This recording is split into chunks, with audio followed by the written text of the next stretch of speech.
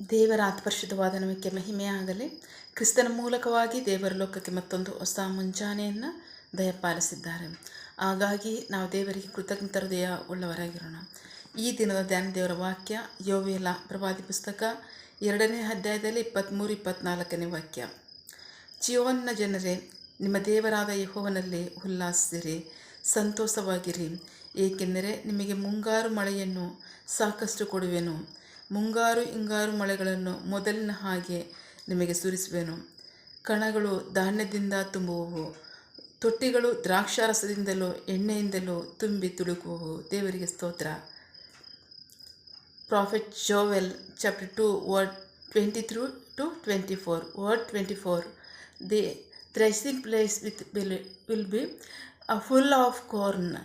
The pits beside the presses will be overflow with wine and olive oil.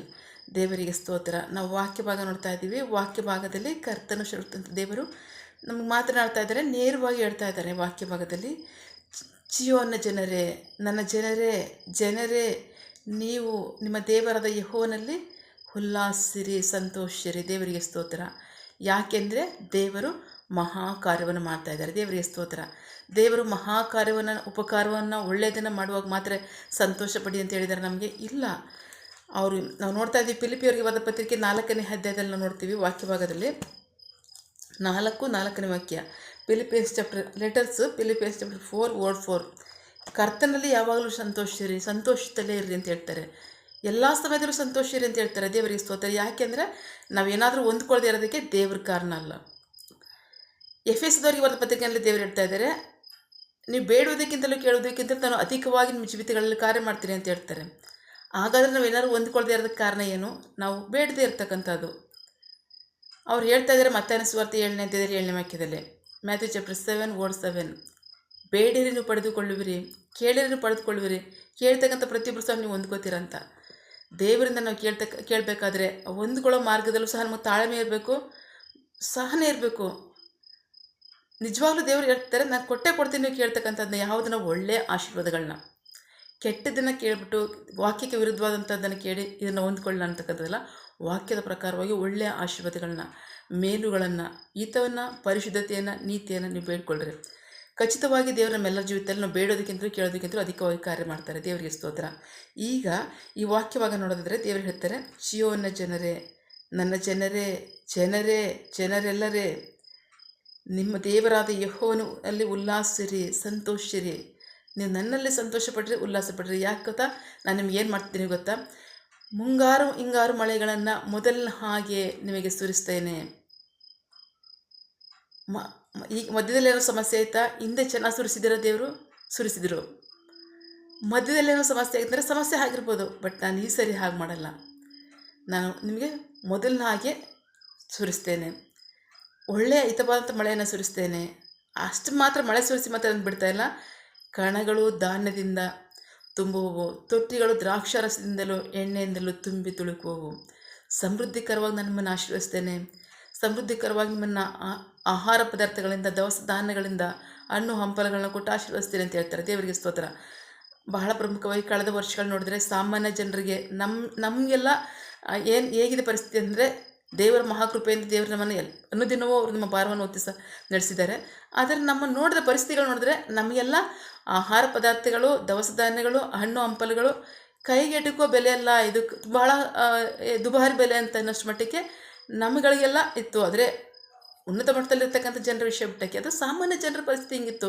ಇನ್ನು ಬಡವ್ರ ಪರಿಸ್ಥಿತಿ ಹೇಗಿದೆ, ಇನ್ನೂ ಶೋಚನೀಯವಾಗಿತ್ತು. ಬಟ್ ದೇವರು ಹೇಳ್ತಾ ಇದ್ದಾರೆ, ಆದರೂ ಆ ಪರಿಸ್ಥಿತಿನಲ್ಲಿ ದೇವರು ನಮ್ಮನ್ನು ನಡೆಸಿದ್ದೀರಾ. ಯಾವತ್ತೂ ಯಾವ ಕೊರತೆಯೂ ಇಲ್ಲದೆ ನಮ್ಮನ್ನು ಸಮೃದ್ಧಿಯಾಗಿ ನಡೆಸಿದ್ದಾರೆ. ಕರ್ತನು ನಂಬಿಗಸ್ತನಾಗಿದ್ದಾನೆ. ಅನುದಿನ ನಿಮ್ಮ ಭಾರವನ್ನು ನಾನು ಹೊರ್ತೀನಿ ಅಂತ ವಾಗ್ದಾನ ಮಾಡಿದಾರಲ್ಲ, ಆ ವಾಗ್ದಾನ ಪ್ರಕಾರವಾಗಿ ಅವರು ನಮ್ಮ ನಂಬಿಗಸ್ತ ನಡೆಸಿದ್ದಾರೆ.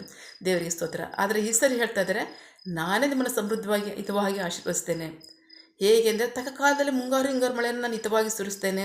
ಅಷ್ಟು ಮಾತ್ರ ಇಲ್ಲ, ಹೇರಳವಾಗಿ ನಿಮ್ಮ ದವಸ ಧಾನ್ಯಗಳನ್ನ, ಹಣ್ಣು ಹಂಪಲುಗಳನ್ನ, ಆಹಾರ ಪದಾರ್ಥಗಳನ್ನ ನಾನು ಕೊಟ್ಟು ಬೆಳೆಸಿ ನಿಮ್ಮನ್ನು ಸಮೃದ್ಧಿಕರವಾಗಿ, ಸಂತೋಷವಾಗಿ ತೃಪ್ತಿಪಡಿಸ್ತೇನೆ, ಆಶೀರ್ವದಿಸ್ತೇನೆ ಅಂತ ಹೇಳ್ತಾರೆ. ದೇವರಿಗೆ ಸ್ತೋತ್ರ. ಹಾಗಾದರೆ ಏನು? ದೇವರನ್ನು ಸ್ತುತಿಸಬೇಕಂದ್ರೆ ಖಚಿತವಾಗಿ ನಾವು ದೇವರನ್ನು ಸ್ತುತಿಸಬೇಕು. ದೇವರಿಗೆ ಸ್ತೋತ್ರಗಳನ್ನ ಹೇಳಬೇಕು, ಕೃತಜ್ಞತೆಯನ್ನು ಹೇಳಬೇಕು.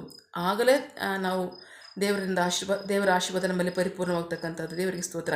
27ನೇ ವಾಕ್ಯ ನೋಡೋದಾದರೆ 27 ನೋಡೋದಾದರೆ, ಸಮೃದ್ಧಿಯಾಗಿ ಉಂಡು ತೃಪ್ತಿಗೊಂಡು ನಿಮ್ಮನ್ನು ಅದ್ಭುತವಾಗಿ ನಡೆಸಿದ ನಿಮ್ಮ ದೇವರಾದ ಯೆಹೋವನ ಹೆಸರನ್ನು ಸ್ತುತಿಸುವಿರಿ. ನನ್ನ ಜನರು ಎಂದೆಂದಿಗೂ ನಾಚಿಕೆ ಪಡುವುದಿಲ್ಲ. ದೇವರಿಗೆ ಸ್ತೋತ್ರ. ಅಷ್ಟು ಮಟ್ಟಕ್ಕೂ ಸಮೃದ್ಧಿಯಾಗಿ ನಾನು ನಿಮ್ಮನ್ನು ಆಶೀರ್ವದಿಸ್ತೀನಿ ಅಂತ ಹೇಳ್ತಾರೆ. ದೇವರಿಗೆ ಸ್ತೋತ್ರ. ದೇವರನ್ನ ಸ್ತುತಿಸಬೇಕು. 27ನೇ ವಾಕ್ಯ, ನಾನೇ ಇಸ್ರಾಯೇಲಿನ ಮಧ್ಯದಲ್ಲಿ ನೆಲೆಯಾಗಿರುವೆನು. ನಾನೇ ನಿಮ್ಮ ದೇವರಾದ ಯೆಹೋವನು, ನಾನಲ್ಲದೆ ಬೇರೆ ದೇವರಿಲ್ಲ ನಿಮಗಿಲ್ಲ. ನನ್ನ ಜನರಿಗೆ ಎಂದಿಗೂ ಆಶಾಭಂಗವಾಗುವುದಿಲ್ಲ. ದೇವರಿಗೆ ಸ್ತೋತ್ರ. ನಮ್ಮನ್ನು ಕಂಗೆಡೋದಕ್ಕಾಗಲಿ, ನಾಚಿಕೆ ಪಡೋದಕ್ಕಾಗಲಿ, ಕೊರತೆ, ಕಷ್ಟ, ಸಮಸ್ಯೆಗಳನ್ನು ಅನುಭವಿಸೋದಕ್ಕೆ ನಾನು ನಿಮ್ಮನ್ನು ಬಿಡೋದಿಲ್ಲ. ನಾನು ಸಮೃದ್ಧಿಯಾಗಿ ನಿಮ್ಮನ್ನು ಆಶೀರ್ವದಿಸ್ತೀನಿ ಅಂತ ಮುಂಚಾನೆ ಸಮಯದಲ್ಲಿ ಕರ್ತನಾದ ದೇವರು ನಮಗೆ ವಾಗ್ದಾನ ಮಾಡ್ತಾ ಇದ್ದಾರೆ. ಆಮೇನ್. ನಂಬಿಗಸ್ತರಾಗಿ ವಾಗ್ದಾನದ ಆಶೀರ್ವಾದಗಳನ್ನು ಸ್ವಂತ ಮಾಡ್ಕೊಳ್ಳೋಣ, ವಿಧೇಯರಾಗಿ. ಆಮೇನ್. ಅಷ್ಟು ಮಾತ್ರ ಅಲ್ಲ, ಸ್ವಂತ ಮಾಡ್ಕೊಂಡಾಗ ಮಾತ್ರ ಅಲ್ಲ, ನಾವು ಯಾವಾಗಲೂ ದೇವರಲ್ಲಿ ನಾವು ಸಂತೋಷ ಪಡಬೇಕು. ಆತನಿಗೆ ಕೃತಜ್ಞತೆಯನ್ನು, ಸ್ತೋತ್ರಗಳನ್ನ, ಮಹಿಮೆಯನ್ನು ಸಲ್ಲಿಸಲೇಬೇಕು. ಅದಕ್ಕೆ ಆತನ ಯೋಗ್ಯನಾಗಿದ್ದಾನೆ. ದೇವರಿಗೆ ಸ್ತೋತ್ರ. ನಾವು ಪ್ರಾರ್ಥಿಸಿಕೊಳ್ಳೋಣ. ಸಕಲ ಸೃಷ್ಟಿಕರ್ತನೆ, ಸರ್ವಾಧಿಕಾರಿಯೇ, ಸಾರ್ವಭೌಮನೆ, ಉನ್ನತನೇ, ಮಹೋನ್ನತನೇ, ಮಹಾಪರಿಶುದ್ಧನೇ, ಪ್ರೀತಿ ಸ್ವರೂಪನೇ, ನೀತಿವಂತನೇ, ಅಧಿಪತಿಯೇ, ಸೇನಾಧೀಶ್ವರನೇ, ಇರುವಾತನೇ, ಸರ್ವವ್ಯಾಪ್ಯಸಪ್ಪ. ಈ ದಿನ ವಾಕ್ಯಗಳ ಮೂಲಕವಾಗಿ ನಮ್ಮ ಸಂಗಡ ಮಾತಾಡಿದಂತಹ ನಿಮ್ಮ ಪ್ರೀತಿಗಾಗಿ, ನಂಬಿಗಸ್ಗೆ ನಿಮಗೆ ಸ್ತೋತ್ರ. ಈ ವಾಕ್ಯ ಭಾಗದಲ್ಲಿ ಮುಂಜಾನೆ ಸಮಯದಲ್ಲಿ ನಮ್ಮ ಸಂಗಡ ಮಾತನಾಡ್ತಾ ಇದ್ದೀರಾ. ನಾನು ಮುಂಗಾರು ಹಿಂಗಾರು ಮಳೆಗಳನ್ನು ನಿಮಗೆ ಸಮೃದ್ಧಿಯಾಗಿ ಸುರಿಸ್ತೇನೆ, ಅಷ್ಟಕ್ಕೆ ಬಿಡಲ್ಲ. ನಿಮ್ಮನ್ನು ಸಮೃದ್ಧಿಕರವಂತಹ ನಿಮ್ಮ ಕಣಜಗಳು, ಧಾನ್ಯಗಳು, ದವಸ ಧಾನ್ಯಗಳು ತುಂಬಿ ತುಳುಕುವಂತೆ ಮಾಡ್ತೇನೆ. ಅಷ್ಟು ಮಾತ್ರ ಅಲ್ಲ, ನೀವು ಉಂಡು ತಿಂದು ಸಂತೋಷ ಪಡುವಂತೆ ತೃಪ್ತಿಕರವಾಗಿ ನಿಮ್ಮನ್ನು ಆಶೀರ್ವದಿಸ್ತೇನೆ. ನೀವು ನನ್ನನ್ನು ಸ್ತುತಿಸ್ತೀರಾ, ಸ್ತೋತ್ರಗಳನ್ನು ಸಲ್ಲಿಸ್ತೀರಾ, ಕೃತಜ್ಞತೆಗಳನ್ನು ಸಲ್ಲಿಸ್ತೀರಾ ಅಂತ ಹೇಳ್ತೀರಾ. ಅದಕ್ಕಾಗಿ ಸ್ತೋತ್ರ. ದೇವರೇ, ನಿಮ್ಮ ಮಹಾಕೃಪೆಗಾಗಿ ನಿಮಗೆ ಕೋಟಿ ಕೋಟಿ ಸ್ತೋತ್ರ. ನಿರಂತರವಾಗಿ ಮನುಷ್ಯರ ಕಡೆಗೆ ನಿಮಗಿರ್ತಕ್ಕಂಥ ಪ್ರೀತಿಗಾಗಿ, ಕೃಪೆಗಾಗಿ ನಿಮಗೆ ಸ್ತೋತ್ರ. ಆಮೇನ್. ನಿನ್ನ ಜನರು ಕೈಟ್ ಮಾಡ್ತಕ್ಕಂಥ ಕೆಲಸವನ್ನು ಆಶೀರ್ವದಿಸು. ಅವರ ಅವಶ್ಯಕತೆಗಳನ್ನ, ಅಗತ್ಯಗಳನ್ನ ಪೂರೈಸು, ಕೊರತೆಗಳನ್ನ ನೀಗಿಸು. ಆಮೇನ್.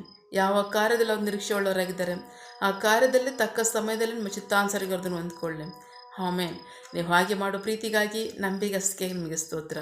ನಮ್ಮ ಪ್ರಾರ್ಥನೆ ನೀವು ಕೇಳಿದ್ದೀರಾ, ಅದರಂತೆ ನಡೆಸ್ತಿರೋದಕ್ಕಾಗಿ ಸ್ತೋತ್ರ. ನಮ್ಮ ಪ್ರಾರ್ಥನೆಯನ್ನು ನಮ್ಮ ರಕ್ಷಕನಾಂತ ಯೇಸು ಕ್ರಿಸ್ತರ ಅತಿ ಪರಿಶುದ್ಧವಾದ ನಾಮದಲ್ಲಿ ಪ್ರಾರ್ಥಿಸಿ ನಿಮ್ಮ ಪಾದಗಳು ಸಲ್ಲಿಸಿ ನಾವು ಬೇಡುವಂದಿದ್ದೇವೆ ನಿಮ್ಮ ಜೀವವುಳ್ಳ ತಂದೆಯೇ. Amen. God bless you all. ದೇವರು ತಾನೇ ಇದನ್ನು ವಾಕ್ಯಗಳ ಮೂಲಕವಾಗಿ ನಮ್ಮ ಸಂಗಡ ಮಾತನಾಡಿದ್ದಾರೆ, ನಮ್ಮನ್ನು ಆಶೀರ್ವದಿಸಿದ್ದಾರೆ. ಆಮೇನ್. All the best.